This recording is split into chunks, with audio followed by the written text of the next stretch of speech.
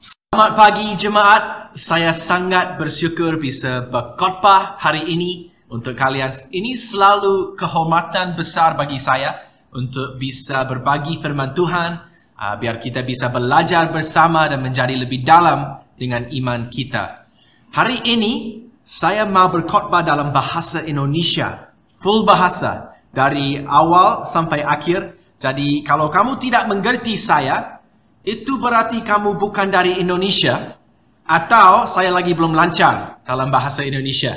Tapi ya udah, saya mau bertumbuh, saya mau mengandalkan kepada Tuhan. Jadi kalau ada kesalahan, mohon maaf atas ketidaknyamanannya. Semoga kalian bisa mengerti ya. Bulan ini kita udah belajar dari buku Yehezkiel. Tema kita adalah They Will Be My People. Saya baca buku Yehezkiel dalam quiet time saya, dan sebenarnya ini tidak salah satu buku yang gampang membaca, gampang diterima, karena di sini kita bisa melihat bagaimana Tuhan dia bergumul dengan kemarahannya dengan bangsa Israel.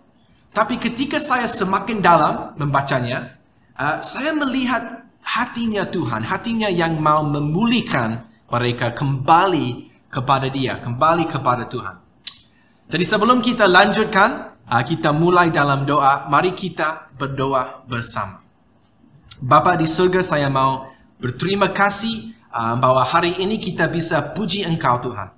Kita bisa belajar dari firman Engkau. Bapa, bicarakan melalui saya supaya kamu bisa membantu saya untuk berbagi firman Engkau. Saya masih berdoa buat pandemi ini, buat yang masih sakit, saya berdoa bahwa Papa bisa bantu mereka cepat sembuh, dan juga pandemi ini bisa turun supaya kita bisa ketemu lagi. Mungkin walaupun dalam grup kecil, kita masih bisa ketemu, dan sampai itu saya masih berdoa bahwa kita bisa tetap setia, kita bisa tetap iman, dan kita bisa aman juga. Semoga Tuhan bisa membantu kita untuk belajar hari ini, buka hatinya kita supaya kita bisa memang ambil pesanan dari Engkau Tuhan. Dalam nama Yesus kita berdoa, amin. Temanya bulan ini seperti saya bilang itu They Will Be My People. Nah, kenapa temanya itu? Karena kalau kita baca buku Yehezkiel, kita lihat ini salah satu phrase yang sering diulang dalam buku Yehezkiel dan juga dalam buku Yeremia.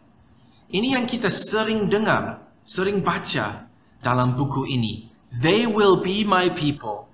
Dan Tuhan bilang, I will be their God. Tuhan sering kali ingatin para nabi-nabi dan juga bangsa Israel bahwa itu adalah intensi Tuhan dari awal, bahwa mereka adalah milik Tuhan. Bangsa milik Tuhan sendiri. Bangsa yang bisa mencerminkan karakteristiknya dan kekudusannya. Bangsa yang dengan bangga dikatakan bangsa milik Tuhan. Dalam minggu yang terakhir ini, kita ada Hari Kemerdekaan Indonesia.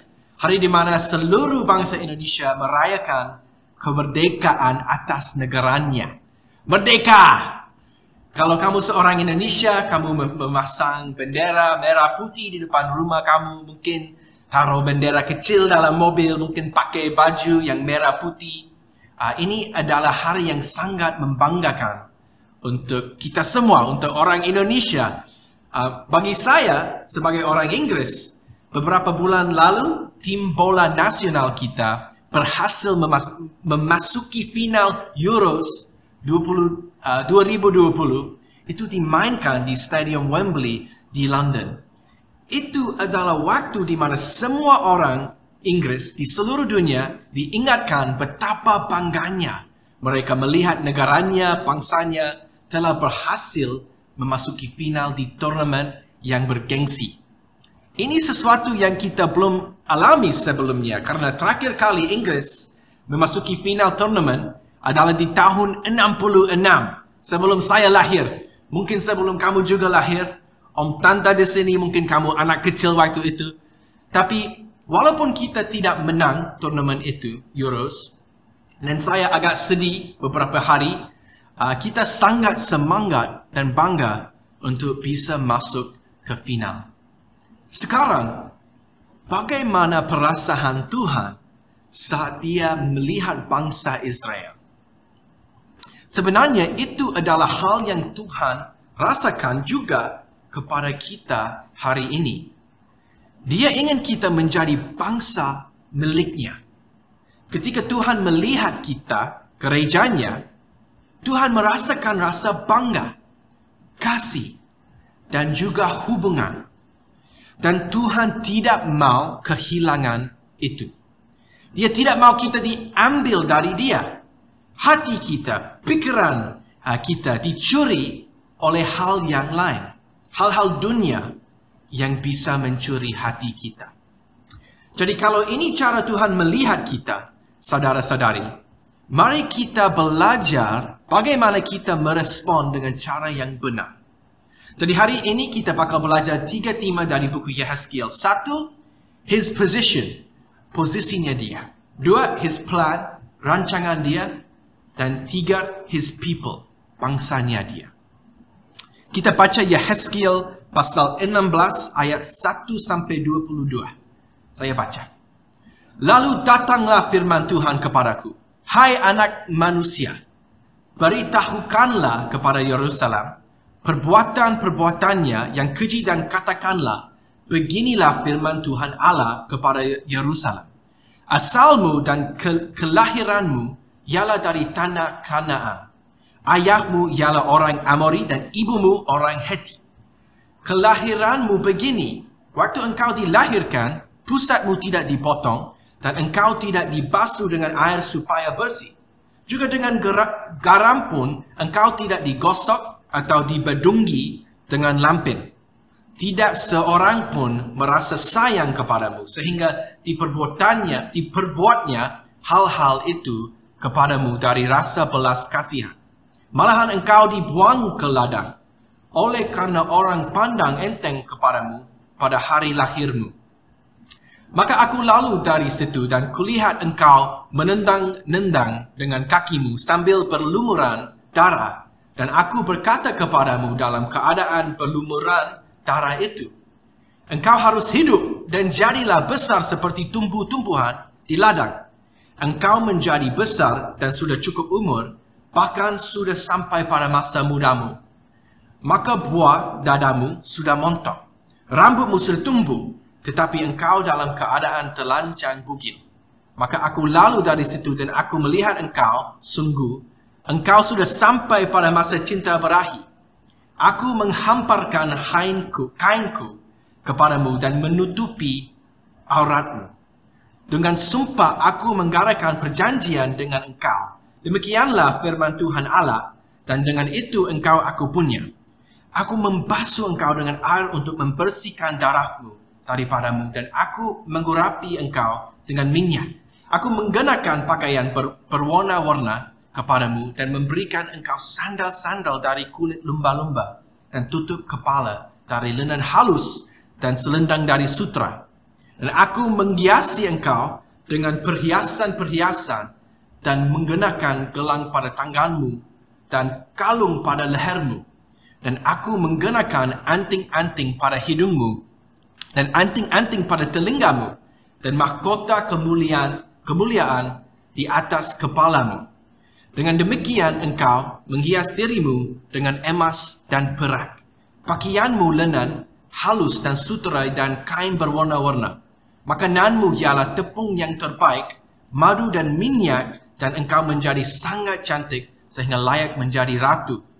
Dan namamu termasyhur di antara bangsa-bangsa karena kecantikanmu, sebab sangat sempurna adanya oleh karena semarak perhiasanku yang kuberikan kepadamu. Demikianlah firman Tuhan Allah. Tetapi engkau menggandalkan kecantikanmu dan engkau seumpama bersundal dalam mengganggarkan ketermasyuranmu, dan engkau menghamburkan persundalanmu kepada setiap orang yang luat. Engkau mengambil dari pakaian-pakaianmu untuk membuat bukit-bukit pengorbananmu berwarna-warni dan engkau bersundal di situ. Seperti itu belum pernah terjadi dan tidak akan ada lagi. Engkau mengambil juga perhiasan-perhiasanmu yang dibuat dari emasku dan perakku yang kuberikan kepadamu, dan engkau membuat bagimu patung-patung lelaki dan engkau bersundal dengan mereka. Engkau mengambil dari pakaianmu yang berwarna-warni untuk menutupi mereka dan engkau mempersembahkan kepada mereka minyakku dan ukupanku.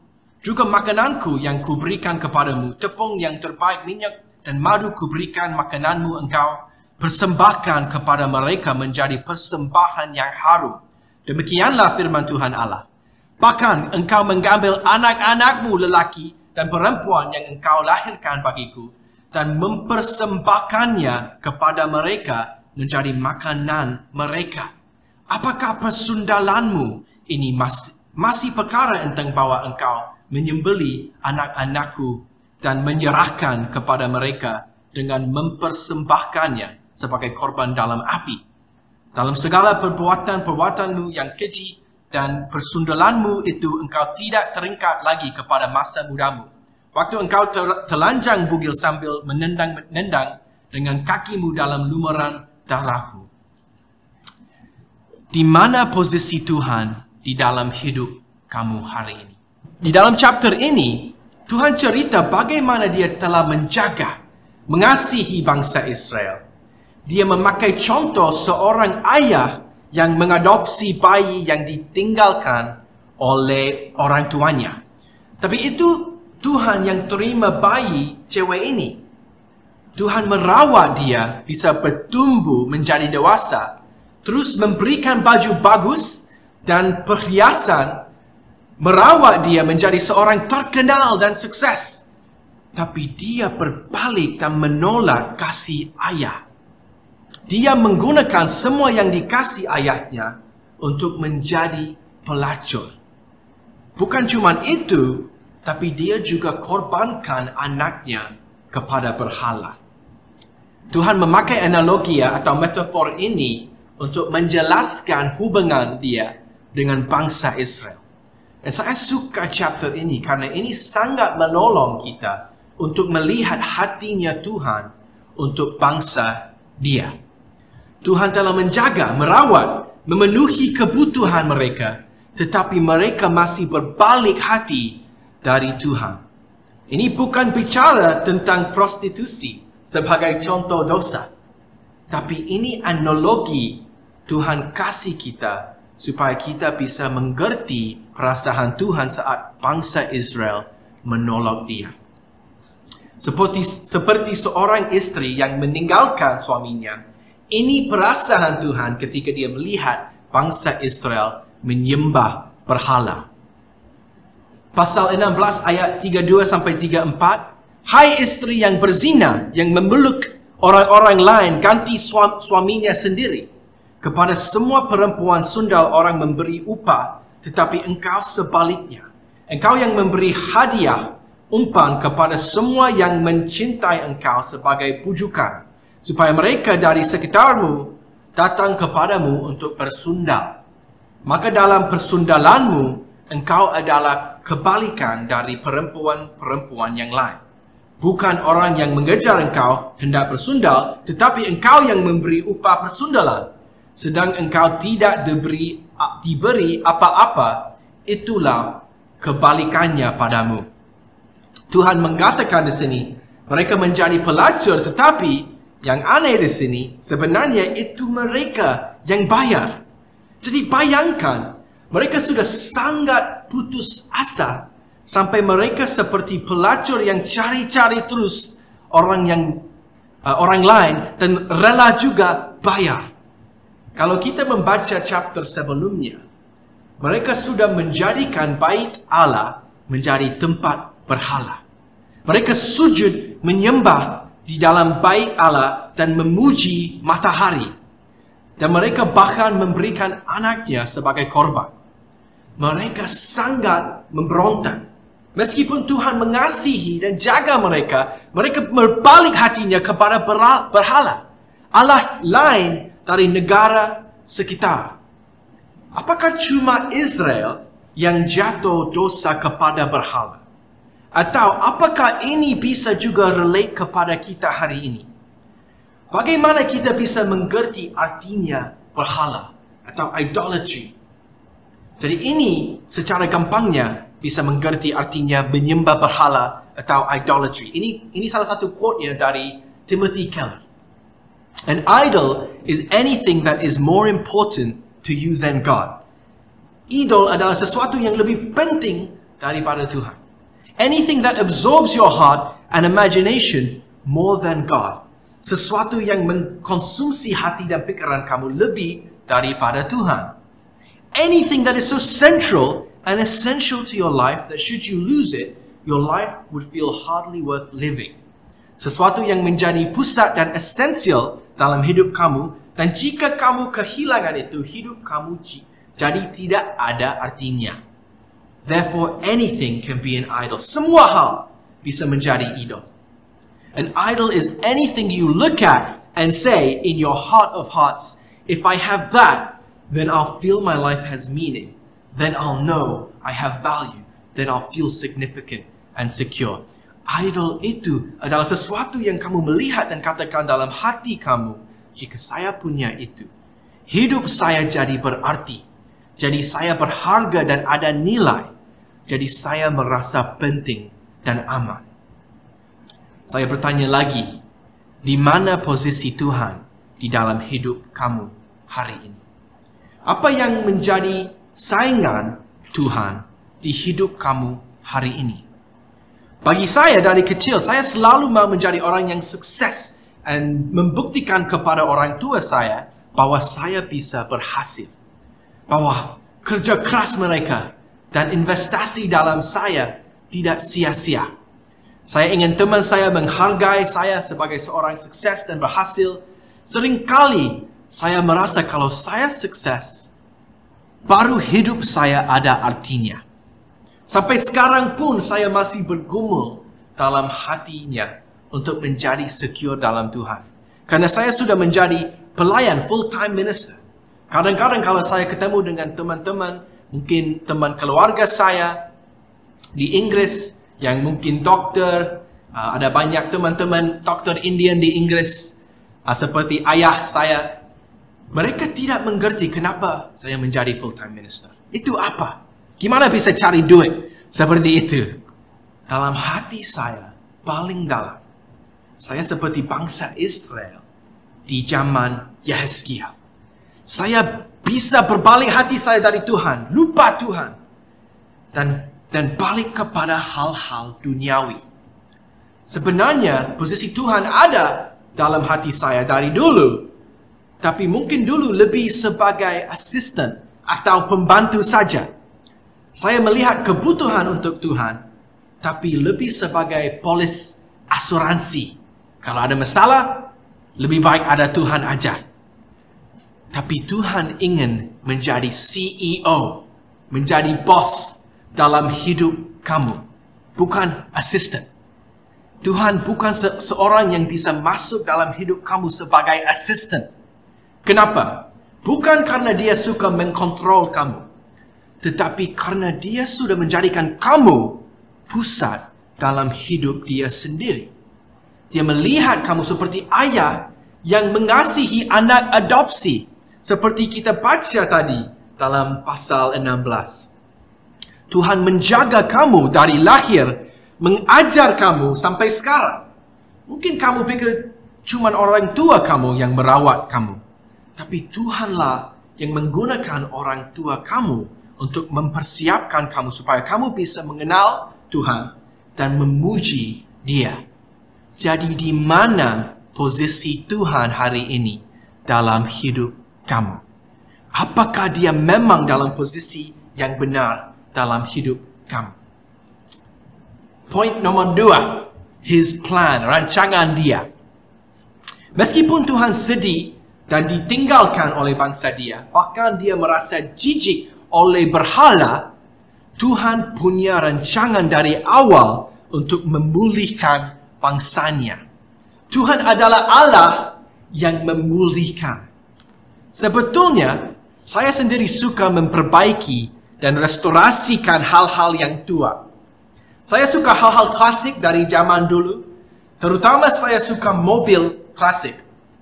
Tahun lalu saya memutuskan memperbaiki mobil klasik. Itu hardtop. Mungkin kamu pernah naik hardtop kalau ke Bromo. Mereka suka pakai naik hardtop untuk naik gunung. Saya ketemu salah satu hardtop yang dimiliki oleh seorang yang beli dari baru di dalam tahun 77. Satu pemilik dari tahun 77 sampai sekarang. Tapi kondisinya udah jelek, cat udah jelek, body sudah menjadi berkarat.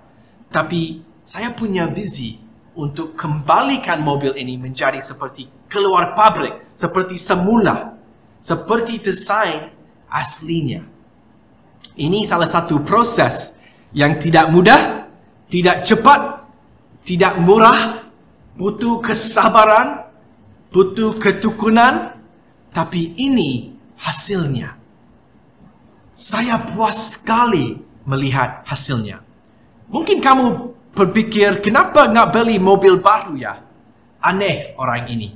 Lebih murah, lebih gampang, lebih praktis. Beli mobil baru aja.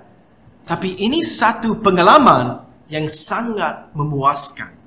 Untuk melihat sesuatu yang rusak menjadi seperti baru lagi.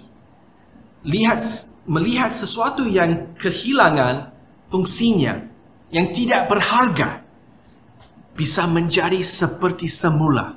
Seperti mobil baru dari tahun 77. Ini lebih memuaskan buat saya pribadi dibandingkan dengan beli mobil baru. Ini bagaimana Tuhan melihat hidup kamu. Tuhan tidak menyerah kepada bangsa Israel. Walaupun dia bilang dia mau hancurkan bangsanya. Tapi inilah rancangan Tuhan dari awal. Yaitu memulihkan mereka. Kita baca dalam Yehezkiel pasal 36. Aku akan menjemput kamu dari antara bangsa-bangsa dan mengumpulkan kamu dari semua negeri dan akan membawa kamu kembali ke tanahmu. Aku akan mencurahkan kepadamu air jernih yang akan mentahirkan kamu dari segala kenajisanmu dan dari semua berhala-berhalamu. Aku akan mentahirkan kamu. Kamu akan kuberikan hati yang baru dan roh yang baru di dalam batinmu. Dan aku akan menjauhkan dari tubuhmu hati yang keras dan kuberikan kepadamu hati yang taat. Rohku akan kuberikan diam di dalam batinmu dan aku akan membuat kamu hidup menurut segala ketetapanku dan tetap berpegang pada peraturan-peraturanku dan melakukannya. Dan kamu akan diam di dalam negeri yang telah kuberikan kepada nenek moyangmu, dan kamu akan menjadi umatku dan aku akan menjadi Allahmu. Tuhan adalah Allah yang memulihkan. Saya sendiri yang ada visi untuk memulihkan mobilnya. Bukan mobilnya sendiri. Mobilnya kalau bisa normal mungkin bisa katakan, hey, saya bisa memulihkan diri saya sendiri. Tapi sebenarnya mobil tidak bisa apa-apa sendiri. Mobil butuh penciptanya yang ada visi dan desain untuk membuang hal yang sudah rusak dan ganti dengan yang baru. Saudara-saudariku, mari kita ambil waktu untuk refleksi apa yang Tuhan sudah lakukan dalam hidup kita. Katakan bersama dengan saya, ini dari pasal 36 tadi. Saya sudah dijemput dan dikumpulkan oleh Tuhan. Saya sudah dicurahkan air jernih dan ditahirkan. Saya sudah dibersihkan dari semua berhala. Saya sudah diberikan hati yang baru. Saya sudah diberikan roh yang baru. Hati saya sudah dilembutkan. Saya akan mengikuti segala ketetapanmu dan tetap berpegang pada peraturanmu dan melakukannya. Tuhan adalah Allah saya dan saya adalah miliknya. Luar biasa kan? Kalau kita pikir dan refleksikan tentang hal ini. Kamu sudah benar-benar diperbaharui. Kamu sudah benar-benar diperbaharui. Dalam Efesus pasal 2, ayat 1-5 dan ayat 10, kita baca, kamu dahulu sudah mati karena pelanggaran-pelanggaran dan dosa-dosamu. Kamu hidup di dalamnya karena kamu mengikuti jalan dunia ini. Karena kamu mentaati penguasa kerajaan angkasa, yaitu roh yang sekarang sedang bekerja di antara orang-orang durhaka. Sebenarnya dahulu, kami semua juga terhitung di antara mereka ketika kami hidup di dalam hawa nafsu daging dan menuruti kehendak daging dan pikiran kami yang jahat. Pada dasarnya kami adalah orang-orang yang harus dimurkai, sama seperti mereka yang lain. Tetapi Allah yang kaya dengan rahmat, oleh karena kasih-Nya yang besar yang dilimpahkannya kepada kita, telah menghidupkan kita bersama-sama dengan Kristus. Sekalipun kita telah mati oleh kesalahan-kesalahan kita, oleh kasih karunia kamu diselamatkan. Ayat 10, karena kita ini buatan Allah, diciptakan dalam Kristus Yesus untuk melakukan pekerjaan baik yang dipersiapkan Allah sebelumnya. Ia mau supaya kita hidup di dalamnya. Bahasa Indonesia bilang tadi kita buatan Allah. Dalam Inggris itu masterpiece. Wow. Tuhan menciptakan kamu sebagai masterpiece. Karena kasih karunia Tuhan, God's grace, Dia udah made you alive with Christ. Ini sebenarnya tema untuk tahun 21 ini. Made alive with Christ. Boleh saya bertanya, brothers and sisters, kalau kamu sudah dibangkitkan, kenapa kamu mau balik ke kematian? Balik ke dunia kematian. Bayangkan waktu saya sudah selesai memulihkan mobil saya. Waktu sudah bersih dan sudah saya poles, saya melihat dan bilang, sesuatu yang tidak benar di sini ya. Saya mau balikin beberapa bagian jadi rusak lagi. Saya mau pakai kopling yang lama yang sudah berkarat, yang sudah rusak. Saya lebih suka kopling yang itu, saya mau masang lagi. Apakah kita seperti itu secara rohani hari ini? Mungkin kita sudah lupa kalau kita sudah dipulihkan ke kondisi semula, seperti baru lagi. Atau mungkin kita kehilangan rasa syukur kita untuk Tuhan yang sudah memulihkan kita. Mari kita jangan lupakan Tuhan dan hidup sesuai dengan rancangan Tuhan yang semula. Akhirnya, last point adalah His people, bangsa Dia. Dalam Yehezkiel pasal 37, Tuhan melakukan sesuatu yang luar biasa, yaitu membangkitkan bangsa Israel yang sudah meninggal, yang sudah menjadi kerangka di lembah untuk menjadi manusia lagi. Kita tidak ada waktu untuk membaca ini. Tapi kalian bisa membaca sendiri lagi kalau belum dibaca. Ini memang sesuatu luar biasa. Meskipun ada kemarahannya Tuhan, sampai semua bangsa Israel sudah dihancurkan oleh Tuhan, Tuhan masih setia. Dia masih memenuhi janji Dia untuk memulihkan dan untuk make alive, menghidupkan bangsa Dia lagi. Dia minta Yehezkiel untuk bernafas dalam mereka dan kasih roh Dia seperti Dia janji, dan mereka menjadi alive. Sebagai His people, sebagai bangsa milik Tuhan, kita punya Roh Kudus yang bisa make alive. Roh yang bisa bawa dari kematian ke hidup lagi. Kita mungkin masing-masing dari kita agak berbeda dalam jemaat ini, tapi kita ada Roh Kudus yang sama. Roh yang bisa bangkitkan, yang bisa make alive. Tuhan mau memakai kamu untuk membangkitkan orang-orang yang lagi mati secara rohani. Bukan karena kamu sangat kuat, tapi karena Roh Kudus yang ada dalam kamu adalah sangat kuat. Apakah kita benar-benar percaya bahwa Roh itu yang hidup dalam hati saya, itu ada kekuatan untuk membangkitkan yang mati secara rohani. Kamu percaya enggak bahwa Tuhan mau pakai kamu? Saya mau membaca satu ayat di sini. Dari 1 Petrus pasal 2 ayat 9 sampai 10. Tetapi kamulah bangsa yang terpilih, imamat yang rajani, bangsa yang kudus, umat kepunyaan Allah sendiri, supaya kamu memberitakan perbuatan-perbuatan yang besar dari Dia, yang telah memanggil kamu keluar dari kegelapan kepada terangnya. Yang ajaib, kamu yang dahulu bukan umat Allah, tetapi yang sekarang telah menjadi umatnya. Yang dahulu tidak dikasihani, tetapi yang sekarang telah beroleh belas kasihan. Kamu chosen, you are a royal priesthood, terpilih, bangsa yang kudus. Apakah kamu ceritakan tentang Tuhan ini yang bawa kamu dari kematian bisa menjadi hidup? Yang bawa kamu dari kegelapan kepada terangnya. Apakah kamu masih ceritakan kepada orang lain tentang Tuhan ini?